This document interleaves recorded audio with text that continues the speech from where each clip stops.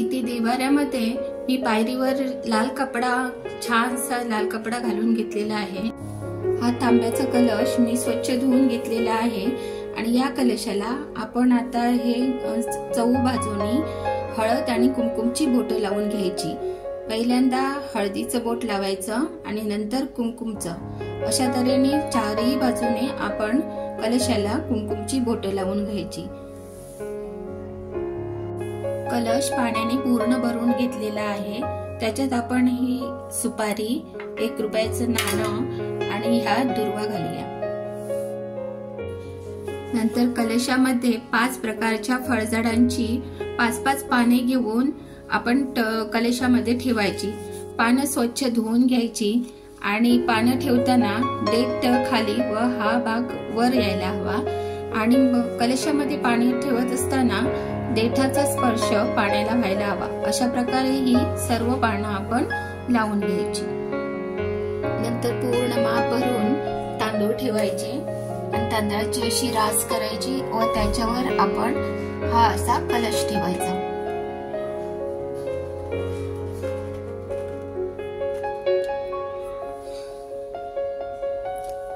तसेच लक्ष्मी मातेची प्रतिमा इथे आपण अशी ठेवायची। नंतर आपण ही 5 प्रकारची फळं घेतलेली आहेत आणि 5 प्रकारची फळं ताटलीमध्ये ठेवलेली आहेत। नंतर आपण इथे विडा ठेवायचा। विडा गणपती म्हणून याची पूजा केली जाते, विड्याची। तसेच लक्ष्मी मातेला हे आपण एक छोटंसं खण आणि ह्या तिच्यासाठी बांगड्या, इथे आपण तिलाही नथ घातलेली आहे आणि हा एकतरी आपण सोन्याचा दागिना आपण मातेला घालायचा। अशा प्रकारे लक्ष्मी माता आसनस्थ झाल्यावर आपण नंतर मी लक्ष्मी मातेच्या पूर्ण सभोवती अशी प्रकारे छानशी रांगोळी घालून घ्यायची, सुंदरशी। आणि हा 5 वातीचा दिवा तयार केलेला आहे आणि हे पाणी घेतलेलं आहे। हे पाणी असं पळीमध्ये घ्यायचं।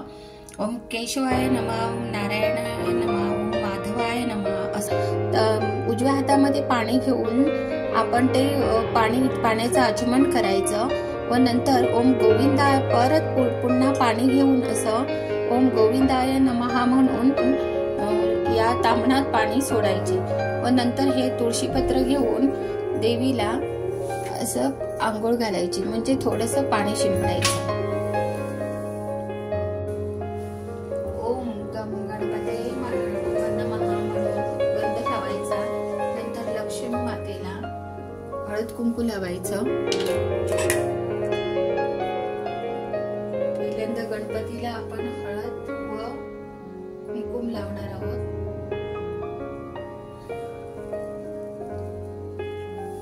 लक्ष्मी मातेला ही हळद आणि हे कुंकुम।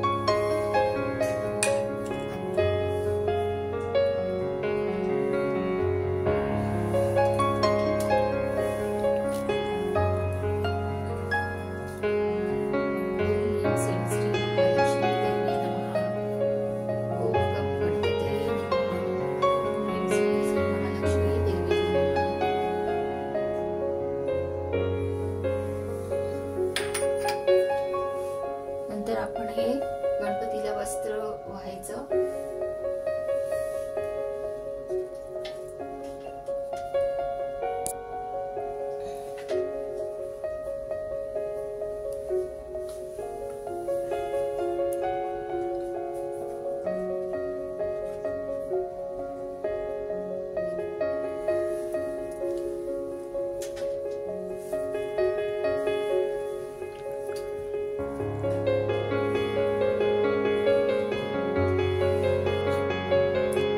आपण अगरबत्ती, लक्ष्मी मातेला अगरबत्ती, कर्पूर व धूप दाखवून आरती करून घ्यायची।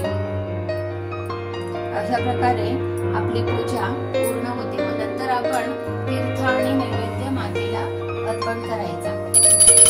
ओम गणपते नमः, ओम ह्रीं श्री महालक्ष्मी देवी नमः। नमस्तुते महामाये श्रीपीठे सुरपूजिते शंखचक्र गदा हस्ते महालक्ष्मी नमोस्तुते। नमस्ते गरुडारूढे कोलासुर भयंकरी कुमारी वैष्णवी ब्राह्मी महालक्ष्मी नमोस्तुते। सर्वज्ञे सर्ववरदे सर्वदुष्ट भयंकरी सर्व पाप हरे देवी महालक्ष्मी नमोस्तुते।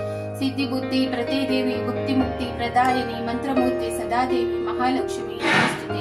आद्यंतर हिते देवी आद्यशक्ती महेश्वरी योग जोग संभूते महालक्ष्मी नमोस्तुते।